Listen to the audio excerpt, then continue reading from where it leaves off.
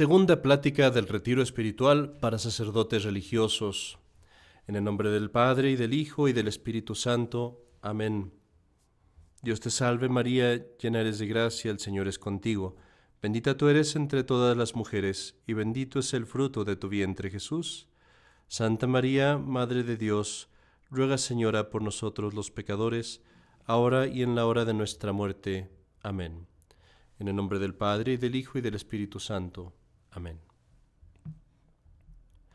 Hablemos un poco, recordemos de nuevo las indicaciones que dimos acerca de cómo hacer bien un retiro espiritual. Este día, el día de primero y segundo, procuremos arrepentirnos de todos nuestros pecados, mirarlos con gran horror, ver cuán incompatibles son con el estado sacerdotal y pedirle a Dios con gran compunción y contrición que nos conceda purificar estos pecados por penitencia y por el amor de Dios. Acordémonos de que San Francisco de Asís, el mismo San Francisco, por una visión que tuvo en donde se le mostró que el alma de un sacerdote debería de ser más pura que una pequeña botellita de agua que él veía como un cristal muy limpio. San Francisco vio esto y decidió que él no podía ser sacerdote. Si San Francisco se consideró indigno del sacerdocio, ¿qué será de mí, pobre pecador? Acudamos a Dios, pues, con gran compunción y contrición, pidiéndole el perdón de nuestros pecados. Hablaremos hoy de la vocación del sacerdote en el Evangelio, la vocación del sacerdote en la Iglesia actual, y el espíritu que el sacerdote debe tener en esa iglesia actual. En el Evangelio primero veamos una cosa: todos los apóstoles son llamados, y sin embargo es uno en particular el que reconoce sus pecados con gran contrición, como decía. ¿Quién es este? San Pedro. Apártate de mí, Señor, que soy un pecador. Todos los otros apóstoles, la mayoría de ellos al menos, nunca tuvieron esa compunción, esa contrición al principio, no lo dijeron al menos. Y sin embargo San Pedro, que la tiene, es el que es elevado a la mayor dignidad. No buscamos nosotros la dignidad, pero sí queremos recibir las mayores gracias posibles. Y por eso sigamos los pasos de San Pedro y acerquémonos a las órdenes sacerdotales solo por obediencia, convencidos de nuestra indignidad, con el corazón abajo, con el corazón humillado y abatido. Nos acercamos no porque nos consideramos dignos o muy aptos o excelentes, nos acercamos solo porque Dios nos llama, y sin ello no nos acercaríamos en absoluto. Leemos del Tesoro del Sacerdote, tomo 1, página 22. Dichoso, pues, una y mil veces el que entra en el sacerdocio llamado de Dios, con buena intención humilde. Benedictus qui venit in nomine Domini. Desgraciado, por el contrario, el que entra atreviéndose por su propia iniciativa, sin vocación divina tal vez. Porque omnis plantatio, quam non plantavit pater meus celestis, erradicabitur. Mateo capítulo 15, versículo 13. Y leemos: ni aun el mismo Cristo se clarificó a sí mismo para ser pontífice, pues ninguno toma para sí este honor, sino el que es llamado de Dios, como Aarón. Hebreos capítulo 5, versículo 4. Nadie, dijo el mismo Jesucristo, puede venir a mí si no lo trae el Padre que me envió. Juan capítulo 6, versículo 44. Y San Cirilo exclama: gran necedad y torpeza es ingerirse voluntariamente en el sagrado ministerio. Sacrílega temeridad y locura, añade San Cipriano, hacerse sacerdote sin ser llamado de Dios. Enorme delito fuera, dice San Pedro Crisólogo, desear el reino un esclavo. Peligroso es intentarlo, y suma temeridad no temerlo. Nos acercamos, pues, al sacerdocio con temor, con humildad, con un sano temor de Dios. ¿Qué es el sacerdocio? ¿Qué es la vocación del sacerdote en el Evangelio? Cristo llama a los apóstoles y a través de ellos a los sacerdotes a cumplir el mismo ministerio que él tuvo. El ministerio de predicar el Evangelio, sí. El ministerio incluso de regir a las almas, sí. De decirles qué es lo correcto, qué es lo incorrecto, qué es pecado, qué es virtud. El ministerio también de curar a las almas, de dar incluso la gracia, de perdonar los pecados. Todas esas cosas están allí. Pero también no olvidemos, Jesucristo llama a los apóstoles a seguirlo en la cruz. Quien no toma su cruz todos los días no es digno de mí. Quien no abandona todo lo que posee no es digno de mí. Todos los apóstoles llegan a seguir a Jesucristo hasta el sacrificio de su propia vida. Y la vocación del sacerdote en el Evangelio no es otra que imitar a los apóstoles, ser otro apóstol, un sucesor de los apóstoles y de los discípulos. La suma de esa vocación es el episcopado. Pero para nosotros se nos llama a ser servidores de los obispos, sus ministros, sus discípulos, y por ello tanto imitadores.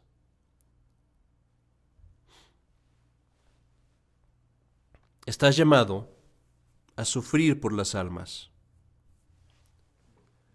Estás llamado a sacrificarte por Dios. Estás llamado a desaparecer tú mismo, a olvidarte tú mismo, para enfocarte enteramente en ser crucificado. ¿Y por quién? ¿Por quién es? Es precisamente por aquellos que tú deseas salvar. Estás llamado a ser crucificado por aquellos que buscas salvar.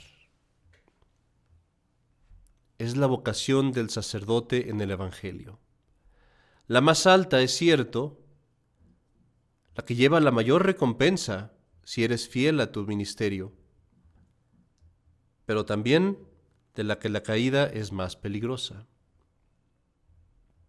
De ahí la importancia de ser de ahora en adelante más fiel, más perseverante, tener una mejor oración, ejercitarte en todas las virtudes con gran perfección tanto cuanto te sea posible. Pero además, como sacerdote, no olvides que tu imagen está en Jesucristo. No trates de ser un sacerdote a tu propia imagen. No trates de ser un sacerdote con tus propias ideas. No trates de ser un sacerdote que luzca o aparezca en la comunidad, que compita con otros sacerdotes en la comunidad. No se trata de eso. Estás aquí para seguir a Cristo. Y pasa como pasó con San Pedro, que le decía: Señor, ¿y ese qué? Señor, ¿y ese otro sacerdote qué? ¿Es mejor que yo? ¿Soy peor yo? ¿Quién predica mejor? ¿Quién reza mejor? ¿Quién es más inteligente? ¿Quién sabe más del derecho canónico? ¿Quién sabe más de la teología moral? Y Jesucristo te dice, cállate. Bueno, tal vez no con esas palabras, ese soy yo. Pero te dice, ¿a ti qué? ¿A ti qué? Tú sígueme a mí. Olvídate del otro, tú sígueme a mí. A eso te llamé, sacerdote. A ser como yo, a ser yo mismo, a unirte a mí mismo, tanto que la gente te vea a ti y diga, allí está Cristo. Esa es la vocación tuya, de acuerdo al Evangelio. Por lo mismo ser hijo de María, por lo mismo amar al Padre, por lo mismo ser regido por el Espíritu Santo, convertirte en otro Cristo.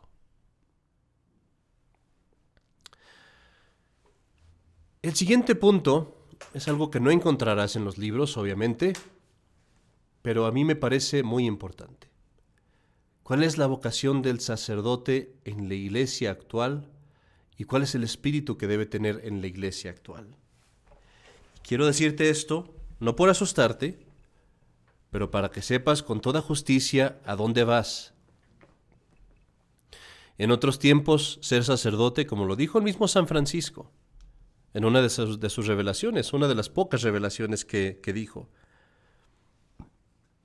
En otros tiempos, el ser sacerdote iba mezclado con un poco de vanagloria, con un poco de intereses personales, incluso en la orden franciscana. Eran honrados los hermanos franciscanos, era honrado el sacerdote, tenías mucha gente detrás de ti, mucha gente que te apoya. Si necesitabas hacer un proyecto, la gente te daba dinero, tenías al Papa, los obispos, los cardenales, todo ese aparato de lujo, no tanto de lujo, sino de grandeza, de gloria, de esplendor. Pero San Francisco lo predicó que en algún día llegaría un día en el que aquellos que se unieran a la orden y al sacerdocio lo harían solo por el amor de Dios, porque serían despreciados del mundo. Este es el día. Ya el sacerdote no está entrando a un edificio glorioso y esplendoroso de la iglesia, con el apoyo de multitudes, con los dineros de los pueblos, con los obispos y los cardenales dándole respaldo. Estás entrando a la iglesia en tiempo de persecución. Te acercas a Cristo no en el monte Tabor, sino en el momento de la pasión. Y quiero que si tú entras al sacerdocio, vayas consciente de que estás entrando a un lugar, a un frente de guerra. Encontrarás muchas cosas que serán difíciles, más que en tiempos normales, porque es un tiempo de guerra. Pongo el ejemplo siempre de un castillo que está muy hermoso, muy bonito, un castillo grande, lleno de orden, con servidores muy buenos. Y si tú entraras en ese castillo verías mucho orden y mucha concordia, y nada de problemas y nada de discusiones. Pero cuando ese castillo está en medio de una guerra, cuando están los enemigos rodeándolo por todos lados, bombardeándolo, balas entrando por aquí y por allá, las paredes saltando en 1000 pedazos, hombres ensangrentados en el piso gritando, otros hombres corriendo por acá y por allá con las municiones, médicos, enfermeras llevándose a la gente por aquí.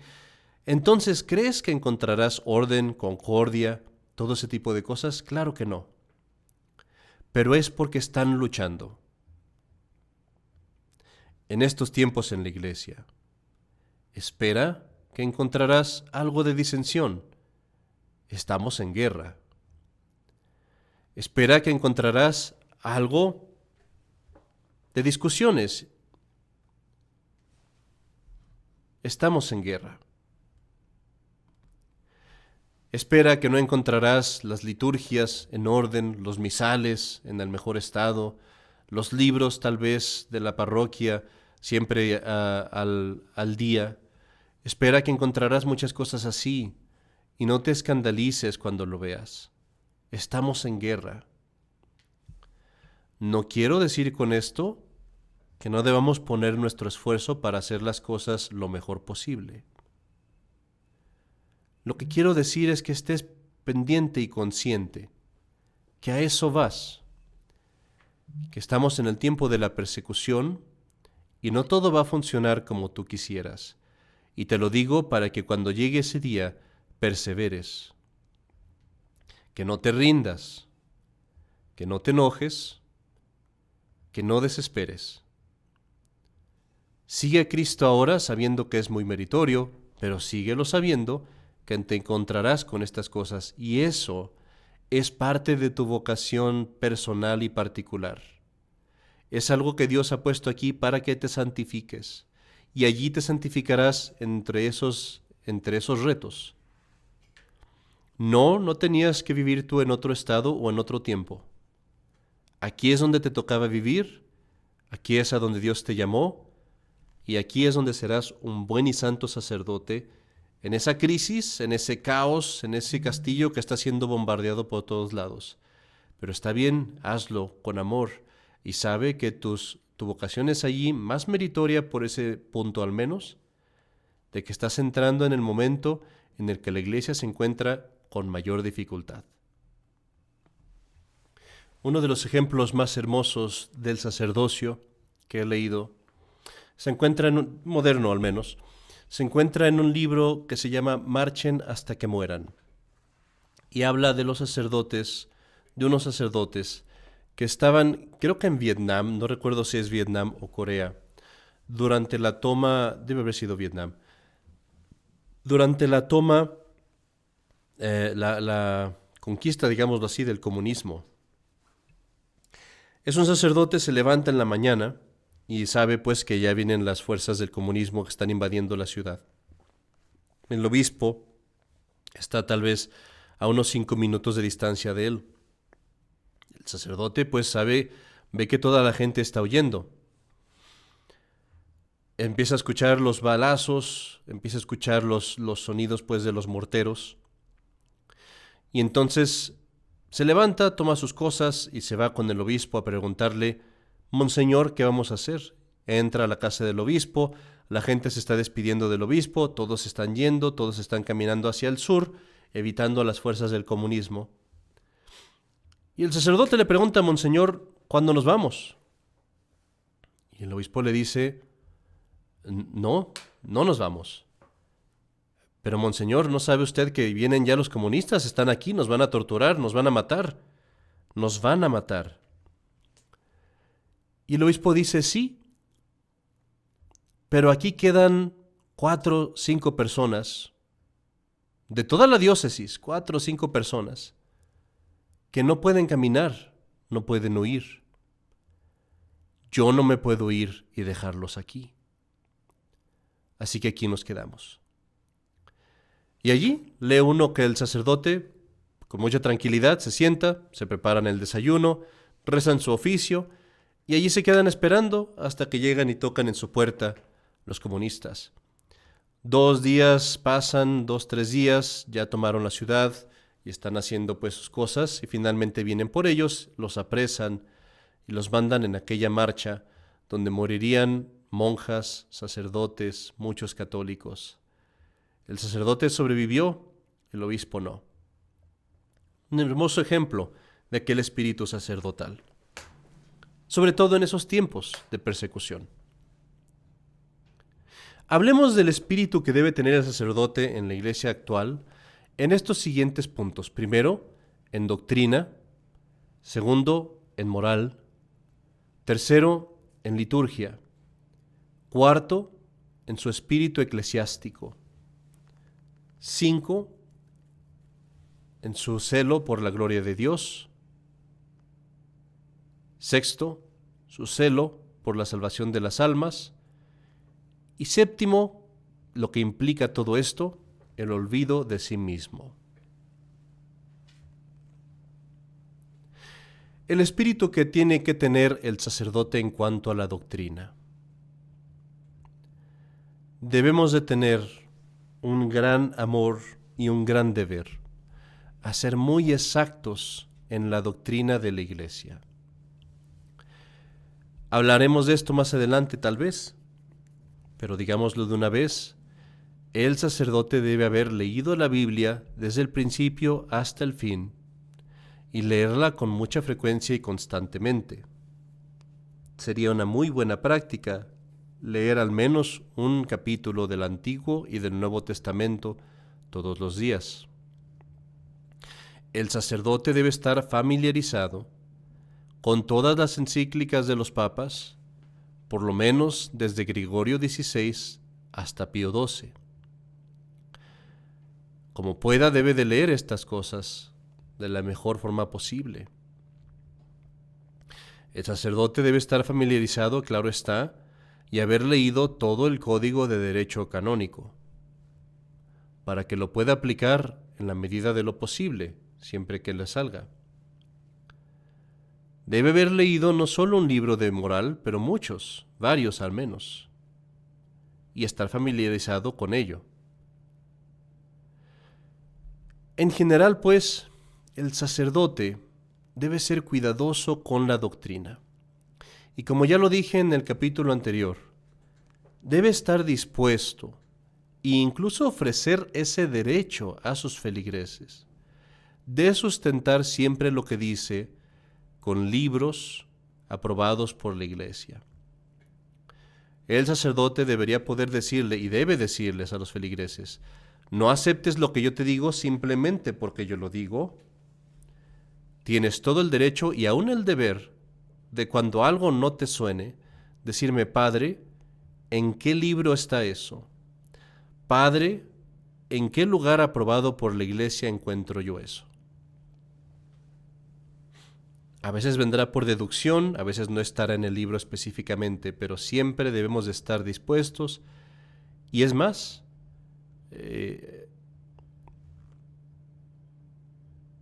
inspirarles, decirle a la gente que nos pidan prueba de lo que decimos, que sigamos siempre la doctrina de la Iglesia.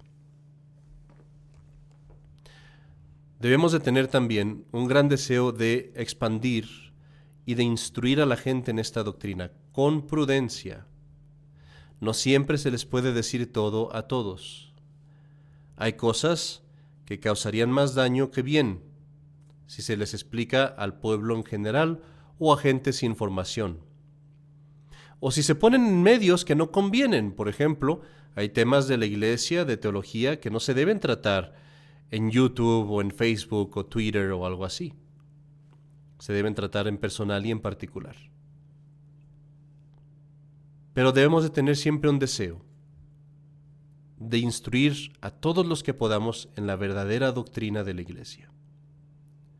También tenemos un cierto deber de estar bien informados de los errores de nuestros enemigos.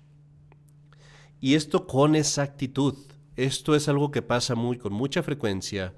La gente tiene cosas que les dijo aquel sacerdote, aquel sitio web, que el Concilio Vaticano decía esto, que Lutero dijo aquello, que los protestantes dicen tal y cual, y a veces, esas cosas son inexactas.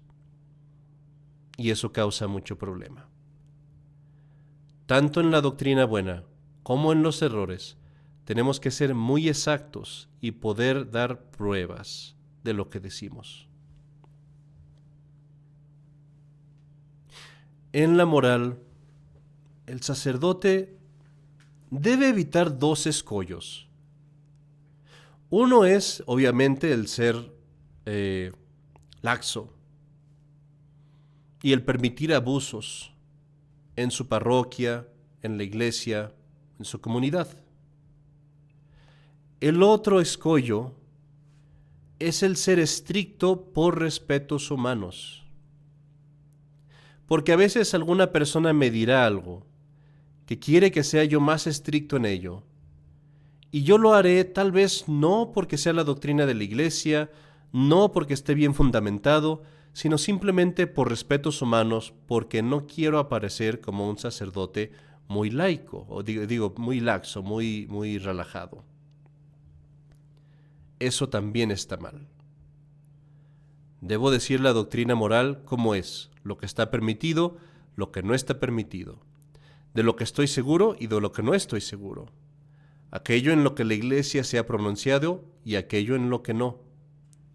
Y nunca jamás tratar de ser el sacerdote más estricto del mundo, ni tampoco el más conciliador del mundo, sino dar la moral como la da la Iglesia. También el sacerdote debe cuidar mucho de corregir en su parroquia los abusos que ve y a veces perseguir los abusos que ve. A veces tú como sacerdote no verás algo que pasa de cerca de ti, enfrente de ti, pero escuchas de ello y muchos sacerdotes cobardes no toman el problema, simplemente porque se pueden escudar detrás del pretexto de decir yo no lo he visto. Pero no es así. Si el abuso está pasando en la casa de fulano, si el abuso está pasando en la familia de fulano, yo debo prudentemente, ir a buscar a la oveja, tratar de exponer el problema a mi vista para poderlo corregir. No siempre en la confesión, a veces es necesario afuera de la confesión. Nunca se mezclan los foros, nunca usaré la información de la confesión, pero si fuera de la confesión yo me he enterado de algo, debo ir a hacérmelo público para poderlo corregir. De nuevo, con prudencia, siempre guardando las reglas de la iglesia. En la liturgia, el sacerdote debe ser también muy cuidadoso de seguir lo que la iglesia ha mandado y tampoco juzgar ni demasiado a la derecha ni demasiado a la izquierda, sino lo que la iglesia permite. Si la iglesia ha dado una reforma y se ha permitido, esa reforma está bien. Y si hay feligreses que dicen, pero es que esta reforma no es la mejor, es que esta reforma estaba involucrado fulano y sutano, eso a mí no me importa. No es eso lo que la iglesia enseña. Si una reforma fue aprobada por la iglesia y por el Papa, es buena, está protegida por el Espíritu Santo. Y no debo dejar que mi opinión o mi investigación prevalezca sobre el dogma de la iglesia o la enseñanza de la iglesia de que esas reformas están protegidas por el Espíritu Santo. Debe uno como sacerdote cuidarse mucho de no innovar o cambiar por su propio gusto en la liturgia. No poner cosas, algún canto que no está en el libro litúrgico, pero ponerlo solamente porque a mí me gusta, que voy a cantar la epístola porque no hay coro, me voy a poner a cantar un canto dominico de la epístola que me gusta mucho, aunque no está aprobado en la liturgia romana. No. Seguiré la liturgia exactamente, aunque me mortifique. Así ha sido siempre, y así debe ser. Porque así yo le enseño a la gente que lo que más importa es la iglesia, y no mi opinión o mi piedad privada o personal. Comento también de la necesidad de tener el espíritu eclesiástico. Antes tal vez voy a contar una historia. Esto es una historia verdadera, me pasó a mí. Teníamos la Semana Santa, donde yo iba, era un cierto grupo tradicional que tiende mucho a escoger lo que le gusta y lo que no le gusta. Y tenían la Semana Santa y siempre el sacerdote cantaba en el Jueves Santo aquel salmo, el Diviserum sibi vestimenta mea. Pero él entonaba el salmo cantando con una melodía especial, melismática. Cuando yo me hago sacerdote, pues yo estoy acostumbrado a ver eso todos los Jueves Santos. Y voy y digo, pues quiero cantar esto, ¿dónde está? No lo encuentro en el misal, no lo encuentro en el ordo de la Semana Santa, ¿en dónde está? Y pues el único lugar donde lo encuentro es en el Liber Usualis, y es parte del oficio divino, pero no es parte de la Semana Santa. Y me doy cuenta entonces que esto era una costumbre que tenían en aquel grupo, de cantar eso simplemente porque a algún sacerdote se le hinchó la panza de que así se tenía que hacer. En ese mismo grupo mezclaban el canto de la Pasión antiguo con el nuevo. Y cantaban el nuevo en lo que les gustaba y el antiguo en lo que les gustaba.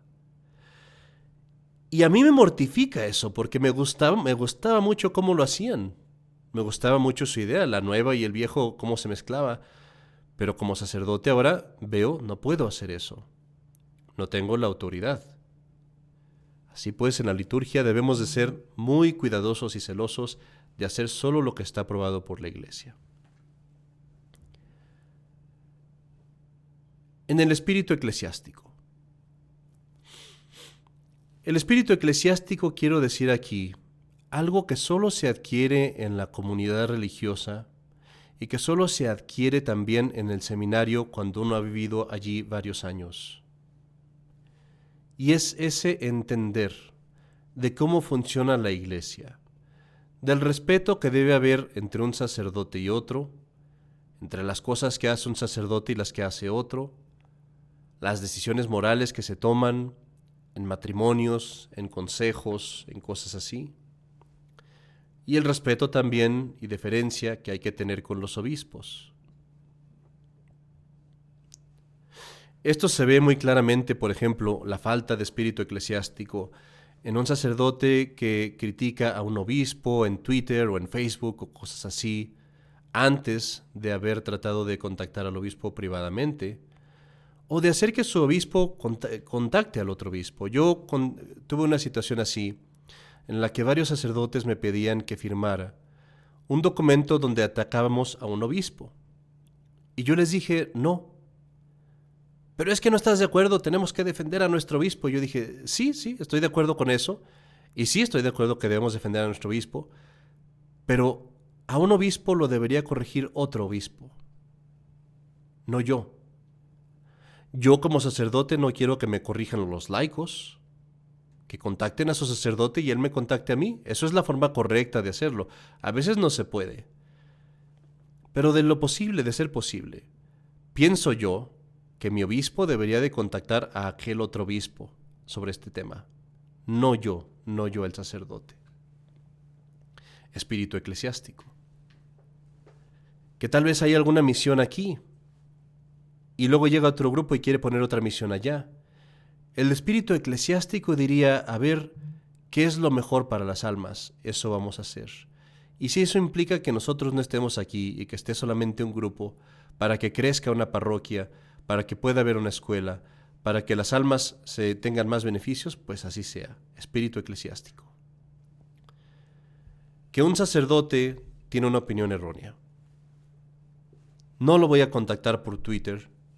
No voy a hacer un escandalazo en Facebook o en YouTube.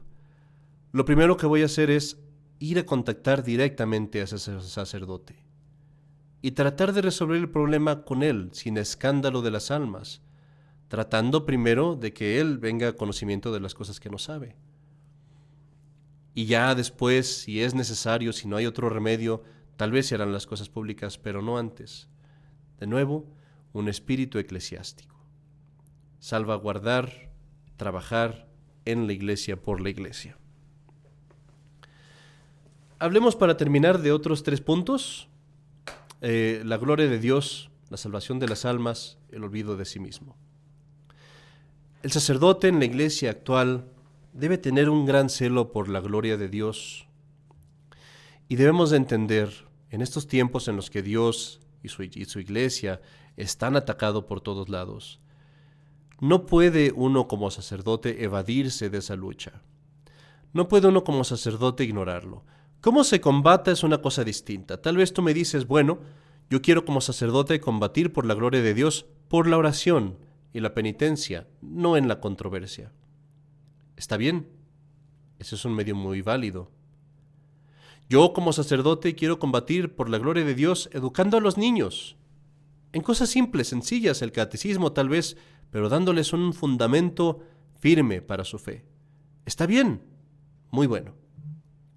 Yo como sacerdote tal vez quiero trabajar por la gloria de Dios combatiendo el error en las zonas públicas, y tendrá que ser tal vez sí, en la computadora o en la predicación o haciendo esto o aquello, muy bien. Pero tú como sacerdote no estás aquí para mirar por tu vida, no estás aquí para conseguir tu comunidad, no estás aquí para ocuparte de cosas sin importancia. Que quiero hacer, cultivar abejas, que quiero ser un excelente encuadernador, que quiero ser muy bueno para hacer cálices y estas obras de arte. Qué bueno si lo haces porque tienes que hacerlo, pero ocúpate primero, principalmente, de la gloria de Dios. Y en el tiempo que te quede, tal vez precisamente para trabajar mejor para la gloria de Dios, haz todas esas otras cosas secundarias. Pero primero, antes que nada, ocúpate en aquello que más y mejor puedas hacer para la gloria de Dios. Y el segundo punto, la salvación de las almas.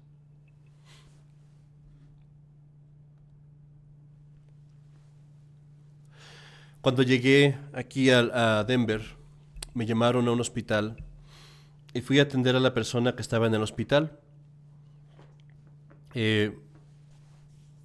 No recuerdo bien las circunstancias, pero me hablaron como eso de las 11 de la noche. Fui, atendí a la persona que estaba muriendo y luego regresé a mi cama. Me llamaban de ese hospital porque le di mi tarjeta al pastor protestante para que en caso de un sacerdote católico me llamara a mí, porque las otras iglesias, las modernistas, generalmente no van cuando les hablan en la noche. Voy, me acuesto, me habían dicho, tienes que tener cuidado me pidieron que que fuera a darle los sacramentos al enfermo de la cama, digamos, 314. Entonces voy, doy extremunción, me regreso y digo, bueno, ya es hora de dormir, me trato de dormir, me duermo. Y a la hora o hora y media, suena el teléfono otra vez. Y digo, ay, ¿qué pasó? Me dicen, oiga, que si puede venir a ver al enfermo de la cama 314, que se está muriendo, para que le dé los altos sacramentos. ¿Ya fui? Le digo, sí, acabo de ir, de hecho, de allí vengo. No, me dice, esa persona ya murió. Esta es otra persona que acaba de entrar en la misma cama y también se está muriendo y también pide los sacramentos. Ok, pues allá vamos. Muy interesante ese caso. Y me he encontrado a veces con sacerdotes que me dicen, yo no voy cuando me hablan así. ¿Por qué? Porque no es mi feligres. Pero ¿y si es un católico que está muriendo? ¿No va? No es mi feligres, no me toca a mí. A veces sí van, pero dicen, no siempre puedo ir, es demasiado. Y pues bueno, les digo yo en el hospital, a mí no me hablen, porque solamente que me hablen mis feligreses. Y a mí no me cupo en la cabeza eso, cómo es posible. Hay una historia verdadera. Un sacerdote que le hablaron en medio de la noche, estaba muy cansado. No lo juzgo, no sé si me podría pasar a mí, ojalá que no. Le hablaron en medio de la noche y le pidieron, ¿puede ir a ver a este enfermo? Dice él, sí, voy para allá. Cuelga el teléfono y se dijo a sí mismo, voy a cerrar los ojos nada más tantito, estoy muy cansado, nada más tantito. Cierra los ojos y se despierta con el canto de los pájaros. Ya es la mañana. Y habla y le dicen, ya murió la persona. Ese sacerdote, me dijeron, es de nuestros tiempos. Me dicen, ese sacerdote nunca jamás volvió a dormir en la cama.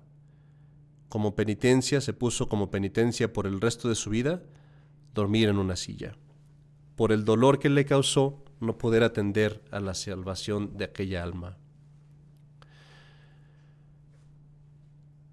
Hay que atender al derecho canónico, es cierto, pero también debe uno tener prudencia y darse cuenta que hay almas que quieren ser católicos, que son católicos y que tal vez están en peligro de muerte.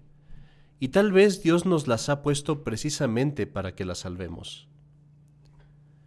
No puedo explicarle todas las cosas del Concilio Vaticano II a un hombre de 85 años, moribundo, que tal vez ni siquiera puede hablar o escuchar. Pero tal vez era católico, más bien era católico, y quería morir con los sacramentos, y tal vez Dios me lo dio a ese momento para que yo le diera aquellos sacramentos que él mereció, quizás por haber hecho los primeros viernes, quizás por haber hecho los sábados primeros, quizás por llevar el escapulario. Juzgue cada sacerdote de los méritos de cada caso, pero que cada sacerdote esté dispuesto a sufrir cualquier cosa por la salvación de las almas. Si eso significa que debo manejar 8 horas en la noche para hacer un exorcismo, si eso significa que debo manejar 5 horas en la noche en la selva para ir a darle los sacramentos a alguien, si eso significa que me debo levantar 2-3 horas en la noche para ir a un hospital a darle los sacramentos y quizás ni siquiera se los pueda dar por la condición en la que están, pero debo hacer el esfuerzo. Que hay un protestante aquí. Ay, no le puedo dar los sacramentos, no iré. No. Más bien ve y háblale y trata de convertirlo, y si no le puedes dar los sacramentos, guíalo al menos a arrepentirse y hacer un acto de contrición perfecta y un deseo de pertenecer a la iglesia, pero trata de salvarlo.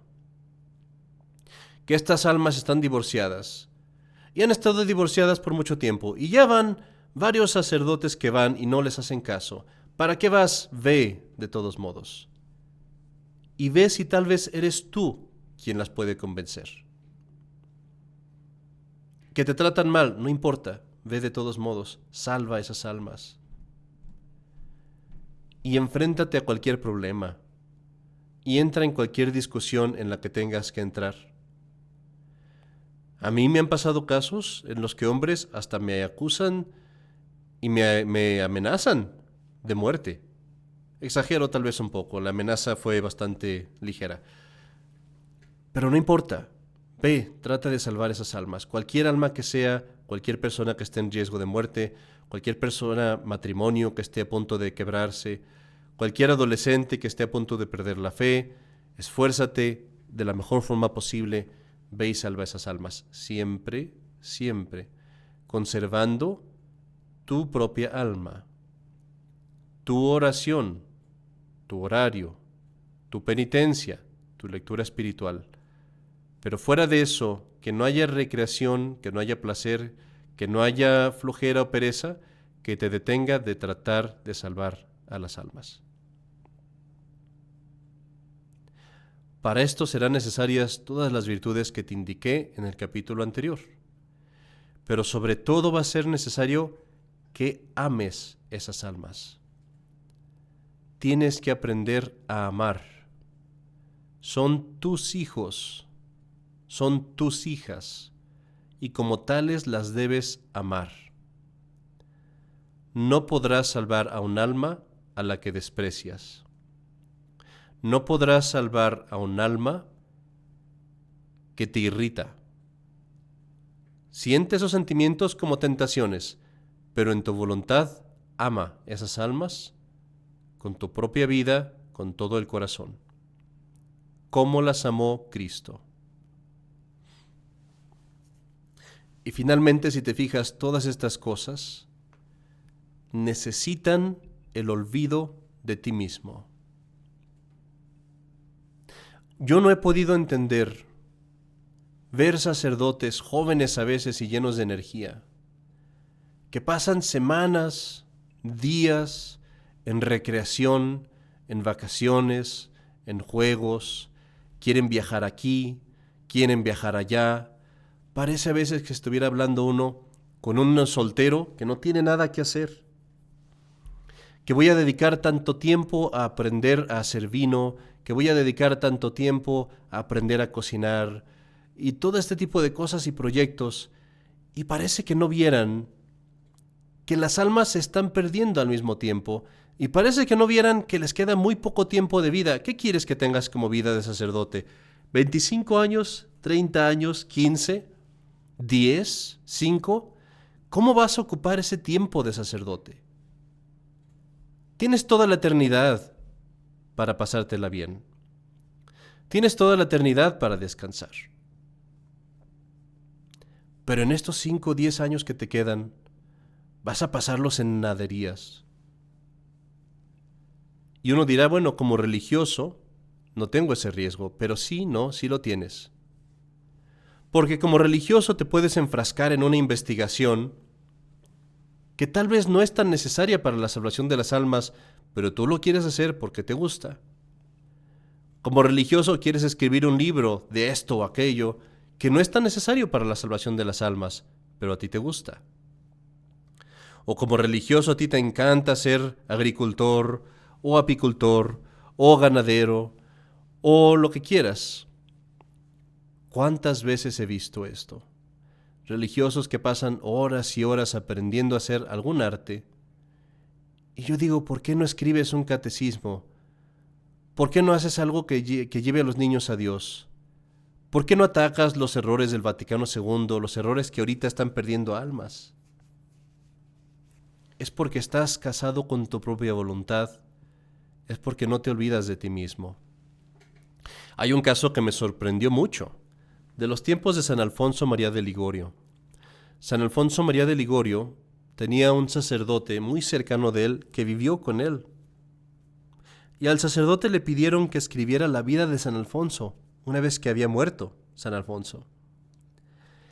Y este sacerdote estaba muy involucrado en la apicultura, el cuidado de las abejas, porque él sufría de artritis y usaba las abejas para curarse de su artritis. Él vivió con San Alfonso, Panoya creo que era. Vivió con San Alfonso, lo vio a San Alfonso, un grandísimo santo que iba a ser algún día declarado doctor de la Iglesia.